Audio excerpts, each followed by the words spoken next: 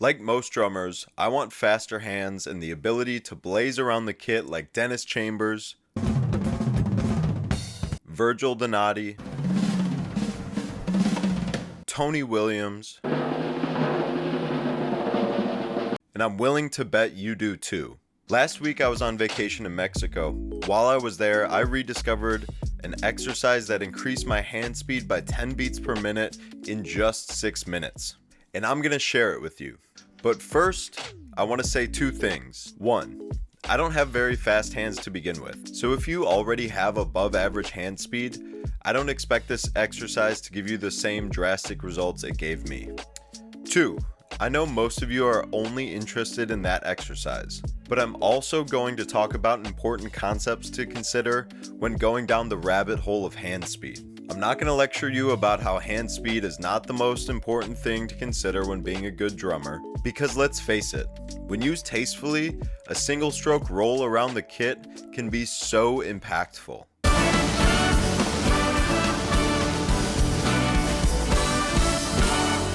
But hand speed doesn't mean anything without taste and discretion. It's also comprised of equally important skills like control, dynamics, agility, intention, and technique.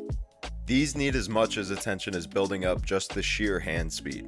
I'll offer some thoughts on these skills later in the video. Let's dive in. The 6-minute hand burner. I learned this exercise from my old teacher Pete Magadini, who taught Mike Johnston. He based this exercise on a type of workouts that athletes do when training for short, intense periods of output, called wind sprints. To do this exercise, you'll need to play single strokes as fast as you can, right, left, for 1 minute, then 45 seconds, then 30 seconds, then 15 seconds, and then 3 sets of 5 seconds. In between, you'll rest for as long as you played. So you'll play single strokes for 1 minute as fast as you can, then rest for a minute, play for 45 seconds, rest for 45 seconds. You get the idea. You can do this exercise on any surface, but I chose a pillow because I don't want to rely on rebound to play fast. I broke a sweat. The goal is to have nothing left in the tank at the end of each round. After 30 seconds, your speed will drastically drop, but that's okay. Keep going as fast as you can. After doing this exercise, the results were drastic for me. Before I did the wind sprints, I was barely able to play the exercise 8 on a hand at 170 beats per minute.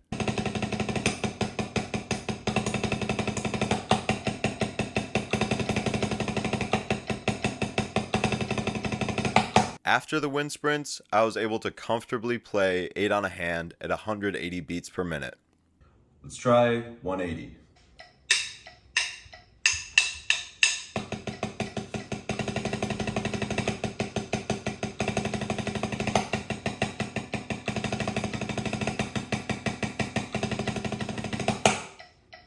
Okay. Fast forward 2 days later, and I can play it at 200 beats per minute.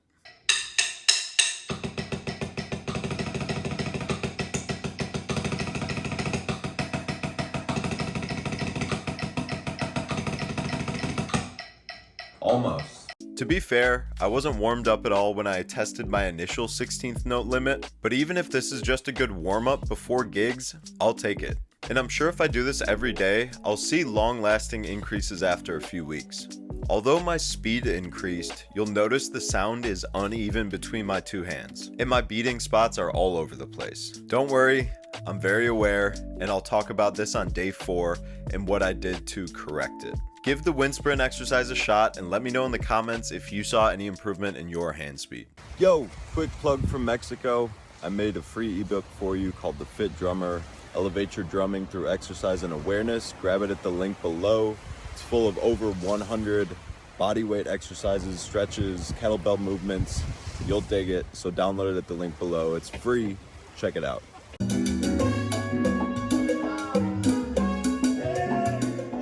All right, day 2, 180 beats per minute, 8 on a hand. 1, 2, 1, 2, 3.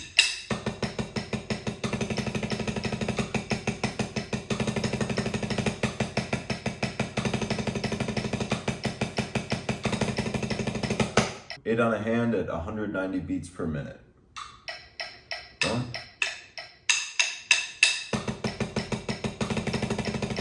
Ah. 1, 2.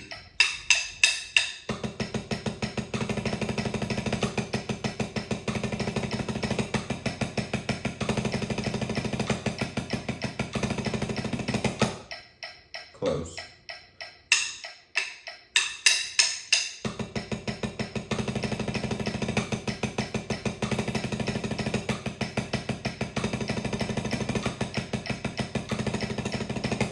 As you can see, my hand speed was sustained into day 2, and I could even play the exercise 8 on a hand at 190 beats per minute. That's a good first sign. But I started to reconsider, is my hand technique holding me back from playing faster? Should I actually incorporate fingers? Should I try strict German grip or strict French grip?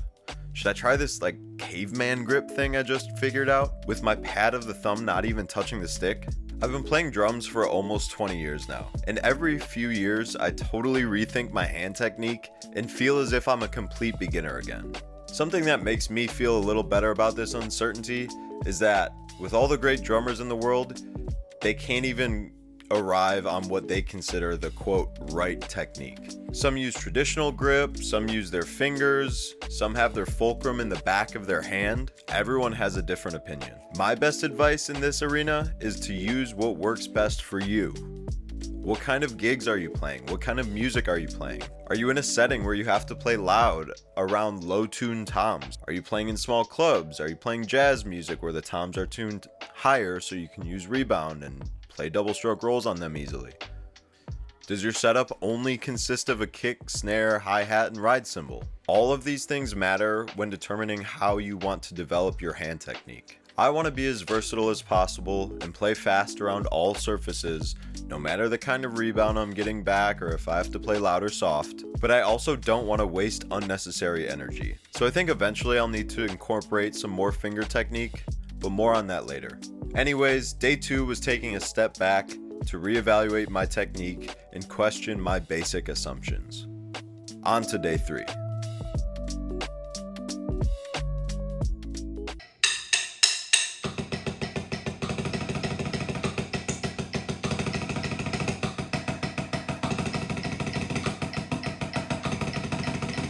So as you can see, my hand speed increased 30 beats per minute in 3 days, from 170 to 200. Again, the sound isn't even between my hands yet, but if we're talking about pure speed, it's a good improvement. That means I need to slow down, isolate my left hand, and play for longer sustained periods right below that threshold of where things start to sound uneven. And you've seen I'm using a pillow. I know there's a lot of controversy about practicing on pillows, which is silly, but here are some thoughts about why I'm using a pillow. And again, I'm trying to figure out a way that I can play faster on all of the drums. So trying to take rebound out of it as much as possible and generate as much speed as I can from my wrists alone, which is why I'm doing some pillow workouts, like doing those exercises on the pillows instead of the pad. Because I want to make sure if I want to play fast on the floor toms, I can play just as fast on the floor tom as I can on the snare drum. I've heard some drummers talk about why it's a bad idea and how you can damage your hands and your wrists and get injured, but let's go to one of the GOATs, Dennis Chambers, to hear his thoughts. You know, if you want to learn speed and power and technique, you should practice on a pillow. If it's good enough for Dennis Chambers, it's good enough for me. And as you can see, it helped me in just 3 days. Dennis does continue to talk about the right way and the wrong way to practice on a pillow. So I urge you after this video to go check that out. I'll link in the description below the full video so you can hear what he has to say. In my opinion, pillow practice is a yes.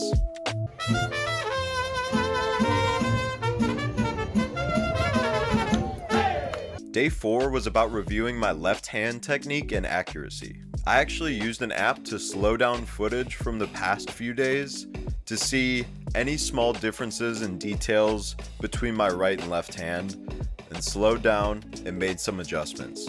One of the ways I worked on this was to just play singles nice and slow and then gradually speed up. Once I noticed that my technique was suffering or my sound was uneven or I started to tense up, I would slow back down or just stop and restart. Something that I didn't film but I highly recommend doing is finding that breaking point where you're playing as fast as you can, but your sound is uneven, bringing the metronome down 5 to 10 beats per minute, and then playing singles for about 5 to 10 minutes at that slower tempo. You want the movements to be automatic, even, and relaxed. Then once you do that, and you can do it comfortably, then try kicking it back up a little bit. Eventually that threshold or that ceiling will get faster and faster. Let's talk a little bit about finger technique and wrist technique. Most drummers wonder if you should use mostly your fingers or mostly your wrists when you're trying to play fast. I want to talk about the pros and cons of each. Fingers. Pros: small muscle groups, faster movement, less energy. They're great to use on surfaces with a lot of rebound. Cons: less power, and surfaces impact the amount of rebound you get back. Wrists. Pros: more power and more control. Cons: larger muscle groups, movements take more energy and muscle to execute. Let's hear what Virgil has to say about using your wrists. Do some work on your wrist, because then when you're playing, as we do in most contemporary environments now, pretty intensely, you need to have the fingers under control for rebound, but you really have to have that ability with the wrists as well. So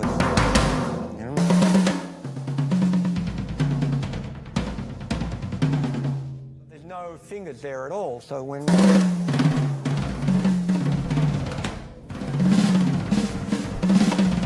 I think it's safe to say that we should develop both our fingers and our wrists and use them together or separately when appropriate. There are so many different circumstances in different settings that you'll be playing in. I think it's not a bad idea to develop both and use them when you need, just like tools in a toolbox. Just a reminder, if you feel sharp pain in your hands or wrists, stop, reevaluate your technique, and/or work with a teacher and make adjustments. Be sure that you're differentiating between pain and your muscles just being worked. Pain feels like stabbing or sharpness. Your muscles getting worked feels like a warm, uncomfortable sensation. Not only was vacation an opportunity to place some limitations on myself and explore only my hands and my speed and technique, but it was also a chance to reconnect with my inner self and experience the beauty of the world around me. I know this sounds cheesy, but a lot of times we get so caught up in the hurry of the modern world, we don't give ourselves opportunities for silence and reflection. Silence and reflection are necessary to integrate information, develop new ideas, and connect with our inner selves. I know not everyone can take a vacation, but in the words of the late great Chick Corea, intentionally create space. Besides that, don't let yourself get caught up in the never-ending rabbit hole of hand speed and hand technique. Remember, these are just tools that serve a purpose.